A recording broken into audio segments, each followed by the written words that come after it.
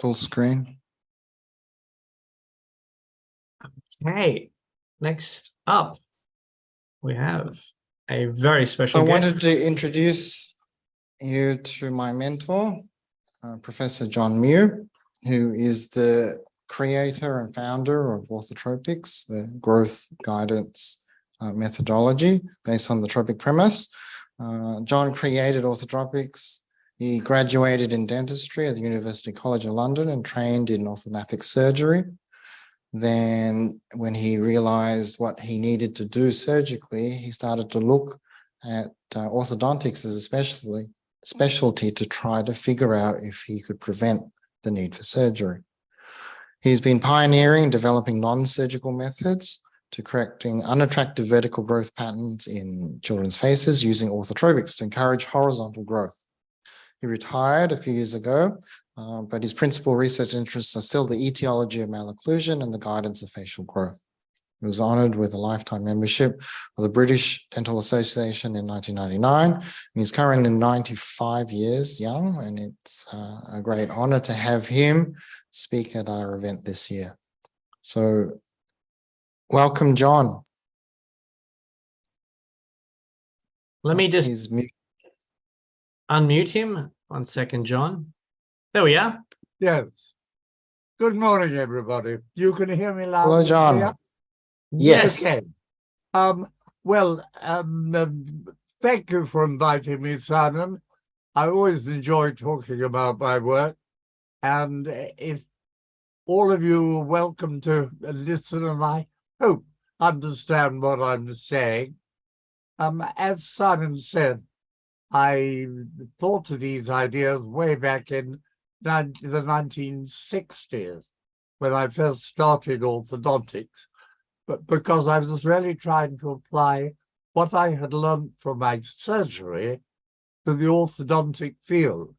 And it was obvious, to me anyway at that time, that faces weren't growing forward as they should. So I really just set about trying to work out why this was. And the key to the whole subject is, as I'm sure you all know, the Tropic premise. I was asked to address this subject today, and I will switch over to some slides almost at once. Just excuse me while I do that. I think I'm here now. Have I got my full screen now? No, I've only got a small screen and no me. Lydia. I'm sorry about this. The bottom right corner, John, there's a little. Have you got the full screen? No, not yet. But on the bottom right corner. How do I get it? Oh, is that? Yes. No, that's not working.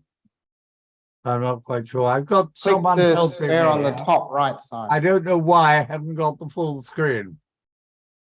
Top right side, the square. Right on the top right.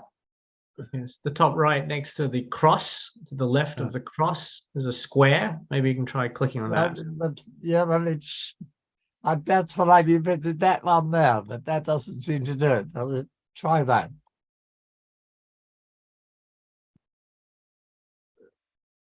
No. Why isn't it the full screen? Has Lydia gone back to bed? Lydia, sorry, not Lydia. That's okay.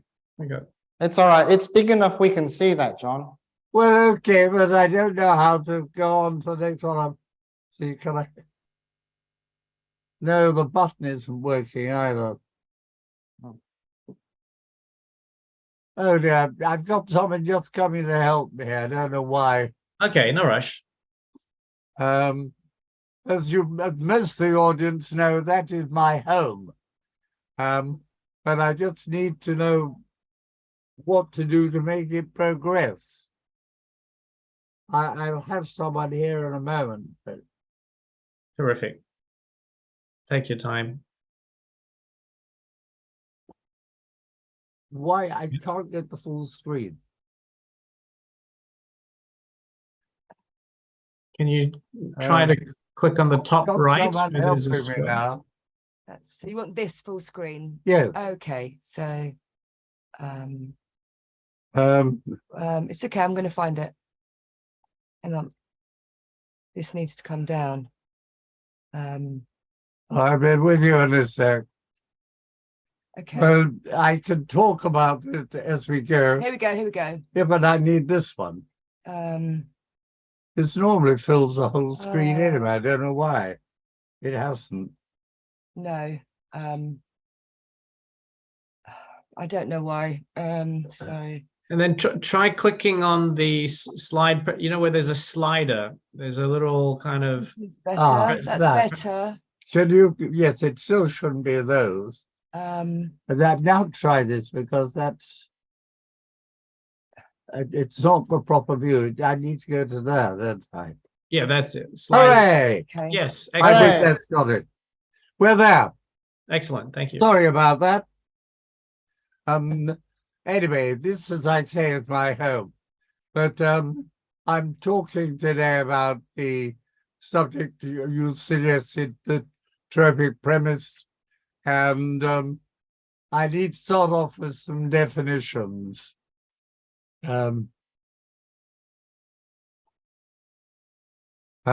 Start with these definitions.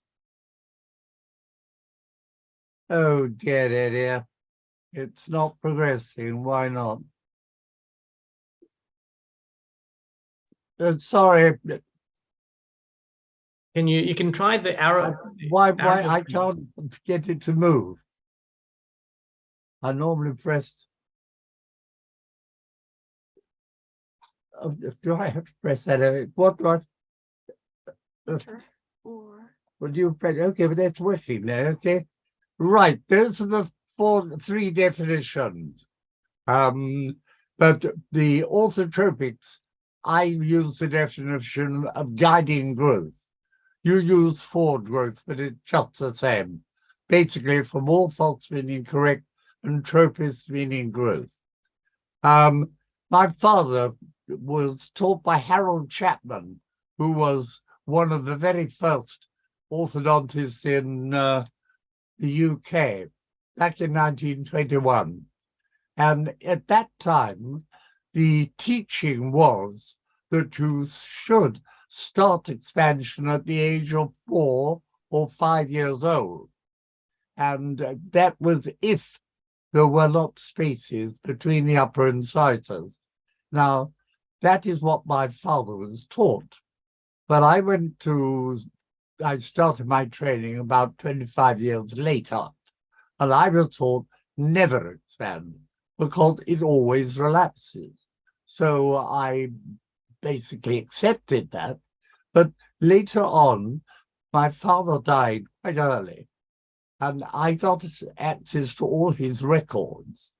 Now, it was quite remarkable because I found that most of the cases that he had expanded, remember, he was expanding at the age of 5. And I don't know that anyone much does that now, but this was standard teaching, not just in the UK, but in America too. We should wonder why it is that it was so accepted then and not now. No doubt the reason was because it does tend to relapse.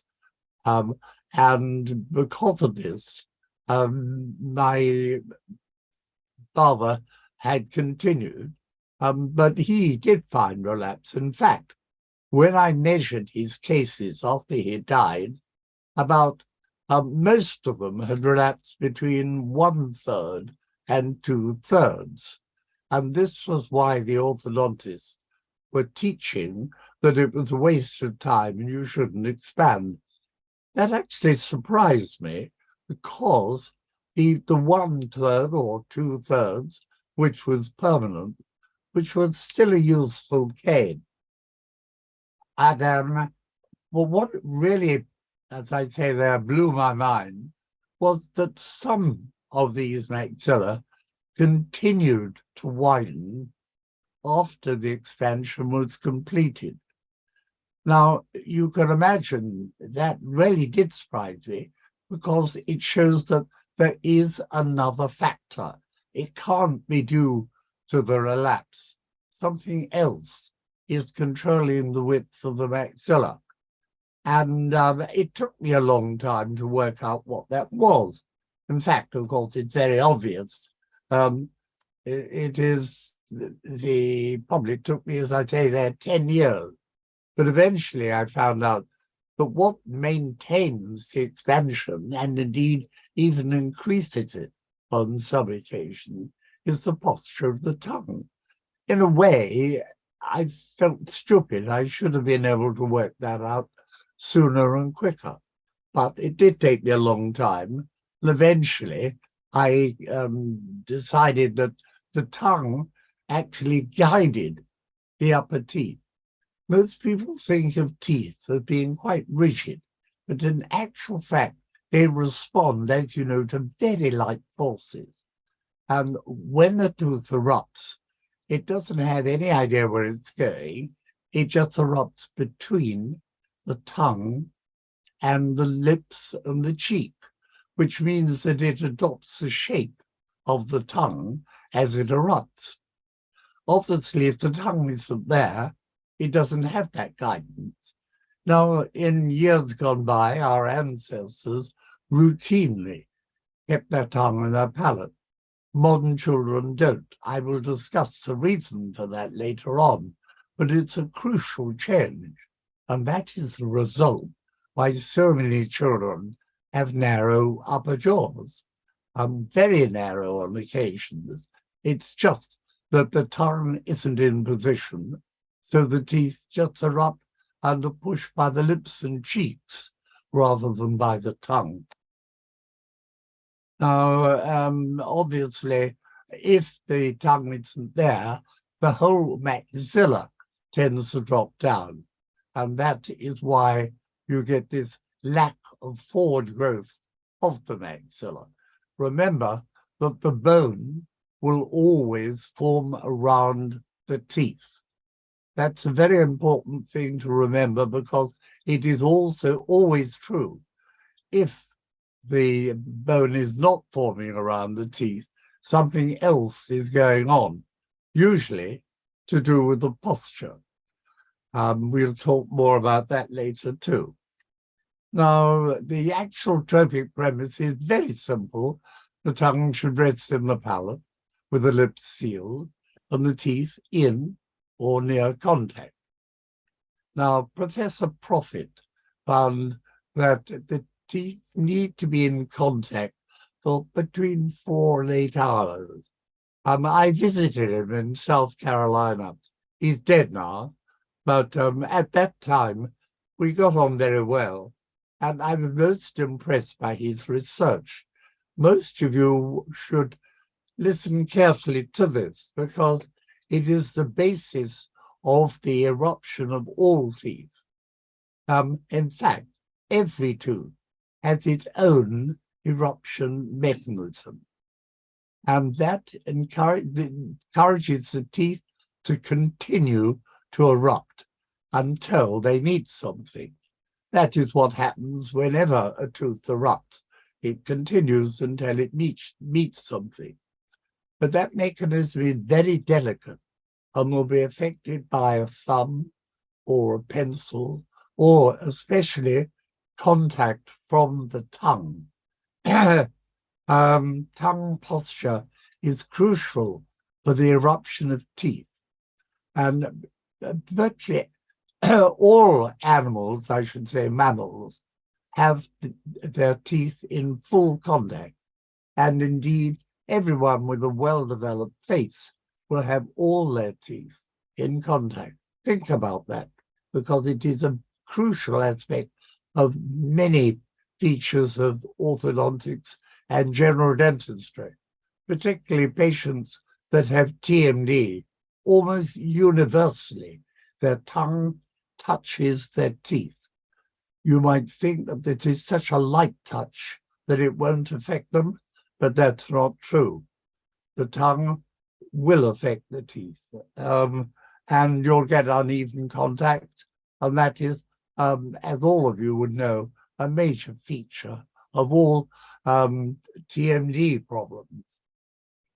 Now, this is written down, and it basically ensures the teeth meet. And we know this is essential for TMD treatment.